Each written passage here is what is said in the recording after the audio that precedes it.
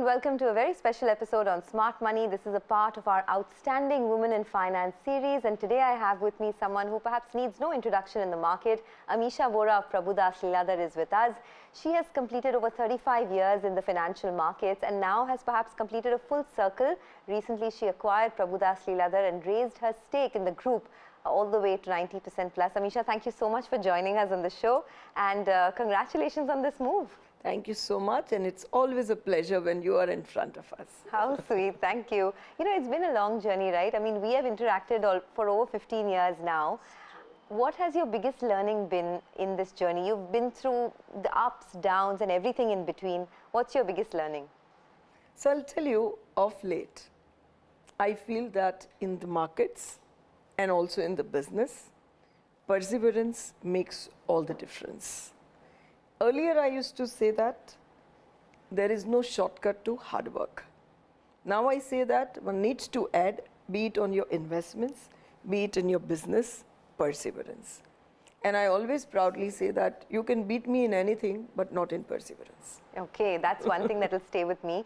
So tell us a little bit about the rationale behind this move. I mean, what made you take that step to acquire the group? And now what do you see as the vision for the group? So frankly, this question continued to rattle in my mind quite a lot because I'm not at that 35, 40 age, also where I have a very long, time ahead. But I still feel that this will be the best decade for India. And also that this is one of the very well-respected brand. It is a national brand, as you might know that we are now present across 20 cities with our branches, but almost 2,000 plus franchisee represent us with clients.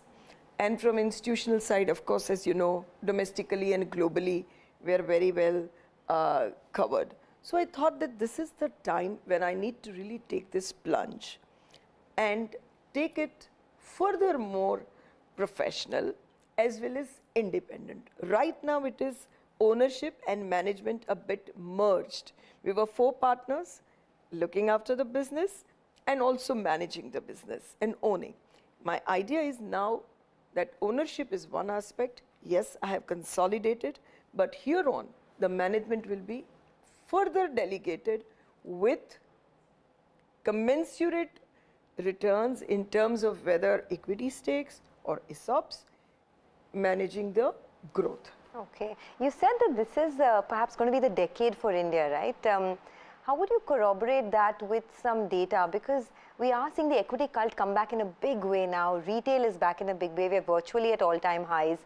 Do you see this as a structural up move for the Indian markets? I definitely feel so. One is, I will say, from the economy perspective, then is of course the savings habit perspective, and both has to go hand in hand in this journey. From economy perspective, I think the COVID, the way it injected and impacted the world and how smartly we navigated without over splurging is standing us apart. We always used to talk about our vision for Atmanirbharta, but now that is being actually seen, be it in defense, which is a big industry, be it in our other infrastructure aspects, including railways, and both these plus our reasonably good finances and China plus one and Europe plus one has kick-started our capital goods industry big time. Now, I think that with steady and strong banks, very good capital goods sector, and the combined vigilant view of our governments, not in terms of, coming back after businessmen for income tax and XYZ, but coming behind industry to support at the right time from any global headwinds. I think that's a sea change which has happened. And as the breadth of the sectors that participate in our growth, we always knew we are the best demographic country in the world. As the breadth of the sectors keep expanding and the opportunities to make money keeps expanding, second side you see, we withstood the entire FII selling onslaught and we are just standing tall. Absolutely. And that what is saved up till now to us is the SIP, the financialization habit which has happened. if you take a decade's time, we will be more than doubling our per capita. We will be the third largest economy. Not only that, the number of millionaires and billionaires will just shoot up. So be it wealth industry and be it all industry around it, fundraising, investment banking, M&A, corporate advisory, will all flourish according to me. And this is also perhaps a great time to be a woman in financial services, right? Because, I mean, the name of our series is Outstanding Women in Finance. And earlier on, there were issues like the gender pay gap. It was harder for women to survive in this industry. But now a lot of that dialogue is taking place. How do you feel about it? And what would your advice be to that woman who's watching you right now and perhaps wants to either reach where you are or, you know, follow your footsteps? See, recently even Mrs. Sitaraman was there in one of the events which was organized about women on board. And some of the statistics, not only in India, but globally, are also not very encouraging, so to say. Only 10 to 11% of the women represent boards, and less than that globally, and less than that in top management, CEO, CXO positions. But I think that it is a start which has happened. And as people, more people like you, who are younger, very well educated, and more people like me who do not hesitate, my, say, daughter-in-law going for an Oxford, the kind of encouragement which is going to get now on, we'll see that in next 10 to 15 years, the scene will completely change. We are in the midst. We have traveled a long distance from where I started my career. You know, despite being a chartered accountant, gold medalist throughout in school and college, my father used to tell me, "Jojaya beta, matlab ki be careful. If your mother-in-law says, then you can work."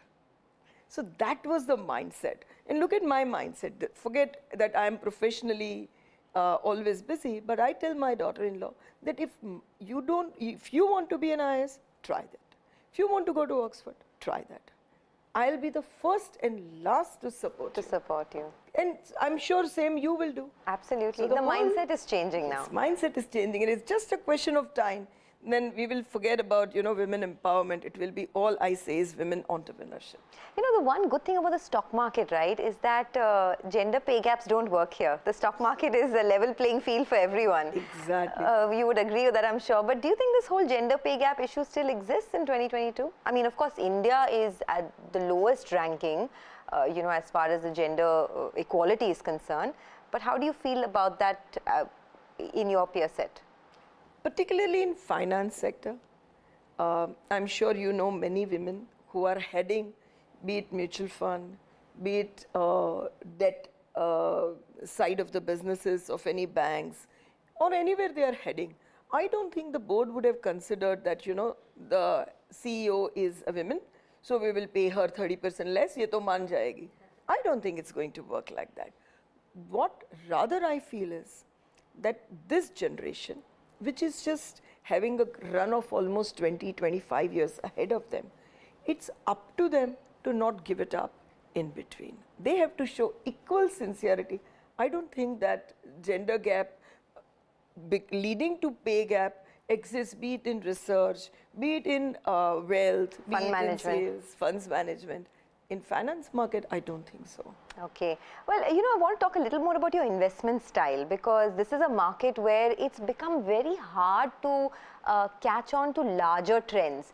Before you know it, trends are changing. You know, for 6 months, defense is doing well. For 6 months, PSU banks are doing well. How do you know what is the next sector, the big sector that will boom? What is your own style? See, from investment perspective, yes, there are certain things which come and fade, they go away. But more important is, it has to be for a sustainable time. 3 to 5 years is the time when you can really unlock some wealth. Otherwise, you are trading. So for that, I think the golden principles which have worked over the cycles, and I think which still remain very true, is to identify businesses, or rather managements, in a combination where you see the potential of A, profit growth. So your market cap grows in line with profit growth, but where there is a possibility of re-rating. So there are businesses which go into an inflection cycle. For example, Gujarat Fluorochem. They were doing business, they were in the business for so long. As they started allocating capital to, say, specialty chemicals, which was leading to much higher ROE, much higher margins. So as the structure of the business changed to profit growth with enough free cash generation, operating free cash generation and ROE, the stock hugely re-rates. So the whole effort is to find out where there is profit growth and re-rating possibilities, then the combination becomes very deadly. Okay, that's very interesting. So what I'm going to do is I'm going to take a short commercial break. On the other side of the break, we'll resume our conversation with Amisha Vora as part of our Outstanding Women in Finance series. Don't go anywhere.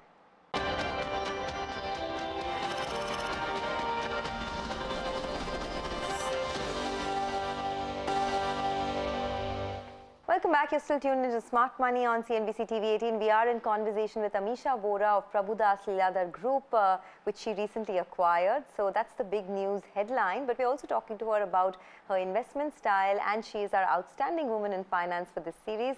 Amisha, before the break, you were telling us about your investment style, how you like to identify companies that are on a growth path, but also at an inflection point. What else? Where do you see the alpha generation? Because you do believe that this is a decade that belongs to India, belongs to investors. How do I generate alpha for my portfolio? So which are the sectors which will be leading in that alpha generation? So I think that I still believe, particularly defense, there is a sea change in terms of national policy which has happened. But beyond that, they've got a time of almost 4 to 5 years to implement it. So what has really happened is they have a negative list of items which they cannot import. They also have given competitive bidding and level playing field to private and public. And they want to strategically develop the entire vendor industry behind that. So there are a few listed plays, I agree. But I feel that from this field, a lot of current plays, public or PSU or private, which will continuously get very good orders. Right now, our industry is just about 90,000 crores domestically. We feel in 5 years, it will become 5 lakh crore. That's the size of growth that we are seeing in defense, yes. Wow. But these are stocks that have rallied a whole lot. So correct. You think the that stocks have really rallied, but if you see, some of them are with almost no debt kind of a balance sheet, are still around 15 to 20 times multiples. They're not so high. But as the industry keeps growing, the visibility of growth, here the payment system is also very structured. It's not that in infra we went, as a country, as companies, we went into trouble because the payment structures were not very clear. And over and above that, a lot of things got involved in terms of right of way and so on. But here, once the order is given, I think the visibility of implementation is also high. And there are certain private sector plays also, for example, Bharat Forge, who are having their own businesses, but they've done so much deep work over almost a decade that they are ready, and now I guess that the order book will start. But this is one of the aspects which is very capital goods industry. I wouldn't say that's the CAGR or compounding kind of a story, but it is a good sector. Compounding stories, we feel that QSR segment, quick service restaurants, we have like the penetrated. Jubilant Foods of the world. Yes. And now there are many plays available like Devyani International. Westlife. And as the penetration keeps growing up, our habits are changing. And I think this segment will continuously do very, very well. Since you're talking about consumption segments, it's been such a big downfall of these platform companies, right? Whether it's a Nykaa, Paytm, something like a delivery. What's gone wrong here? And from an investor standpoint, what does one do? See, I think one needs to understand two things. As what I always say, that the stock prices have two aspects. One is fundamental, second is valuation. Some of these businesses were, when they got listed, also were similar.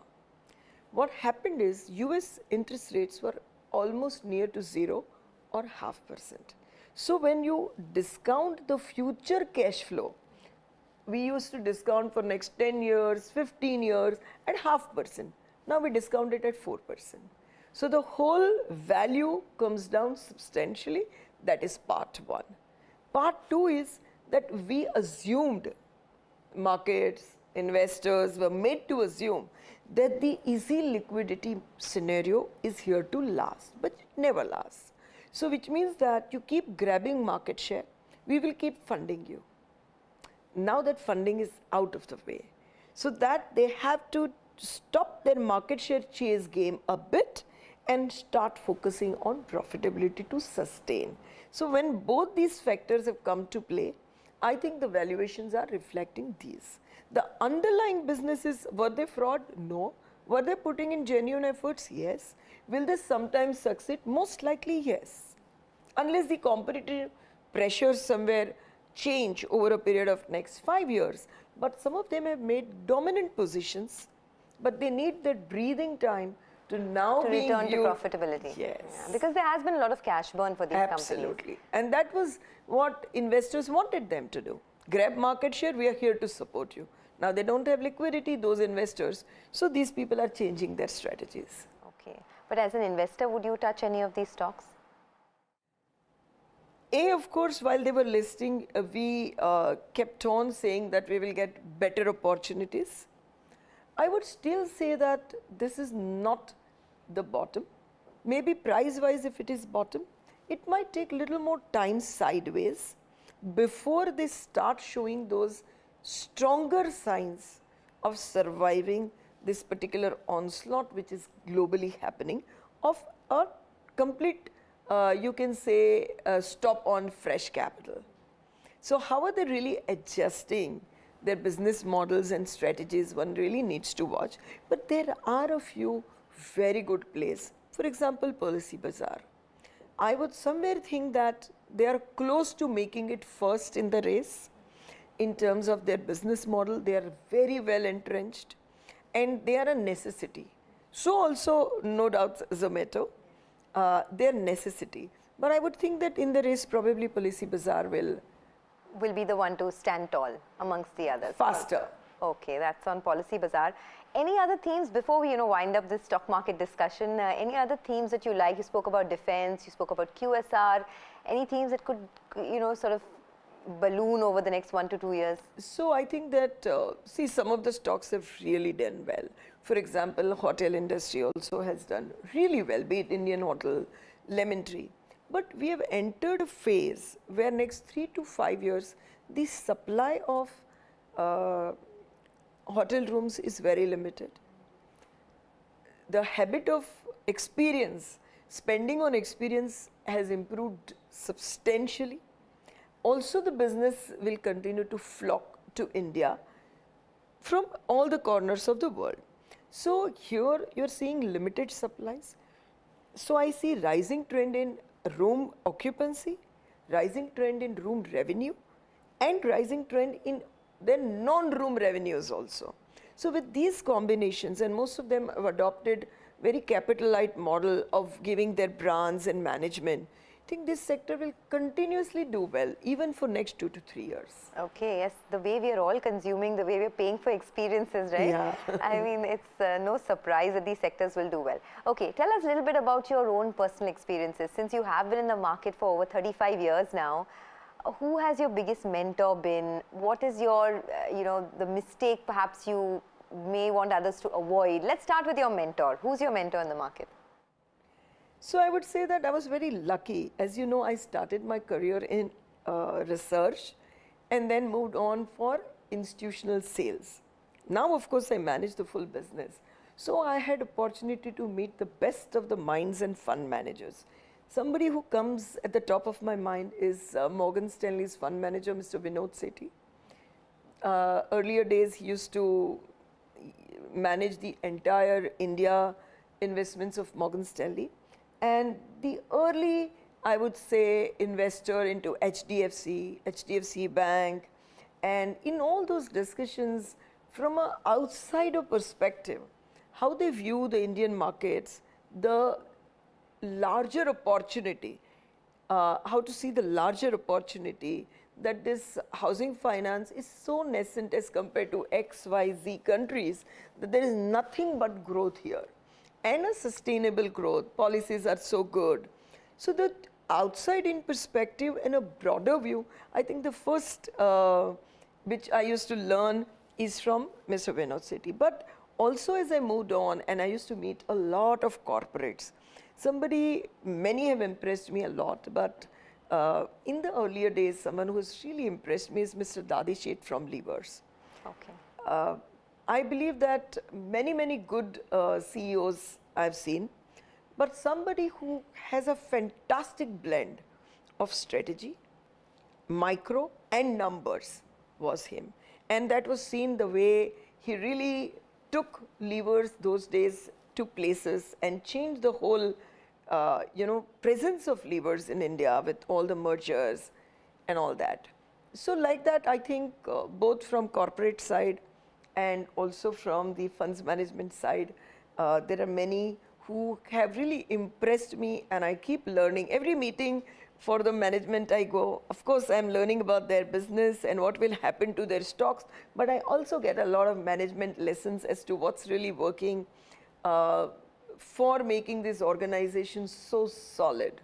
And of course, my all-time favorite continues to remain Mr. Deepak Parekh, because I think Deepak Parekh has been one who has created his brand equity much beyond even HDFC's brand equity, which is one of the most respected brand, I would say, globally, but his brand equity stays taller than that. So that is something which one is always in awe of. Wow, you were blessed to be in the presence of such greats, right? Such legends. Exactly. All right, if you had to tell us about one mistake that you made in your career, either in your investments or in your corporate career, that you would want to avoid, you would have loved to avoid. Sure. I think that 2003 to 2008 was a phase when India's infrastructure regime was changing, and we were going into PPP and so on and so forth. I don't think only me, but all of us as corporates, banks, country, policymakers and investors, we made a mistake in terms of really understanding the on-ground challenges which infrastructure implementation in India can have, and which can just derail the whole cycle, resulting into complete loss of investments. And I think in that what also contributed is that these businesses that we realized early on, after a 2 years growth story, we realized that these businesses are finally not generating cash. Their cash is still getting stuck. So we got off that. But I think even to get carried away with a growth which does not generate cash is a mistake which we did, and I would always refrain from that going forward. Okay, so never buy companies which are growing but not generating cash. All right, Amisha, we have run out of time but not out of questions. It was really a pleasure speaking to you, and all the best. Hope you hit newer pivots of success and path the way for all the ladies who are watching you. I mean, all the younger generation who's watching you and wants to perhaps follow your footsteps. Thanks a lot for joining in. Thank you so much. Okay, with that, it's curtains down on another episode of Smart Money. Keep writing to us. We love getting feedback from you. Till then, stay safe.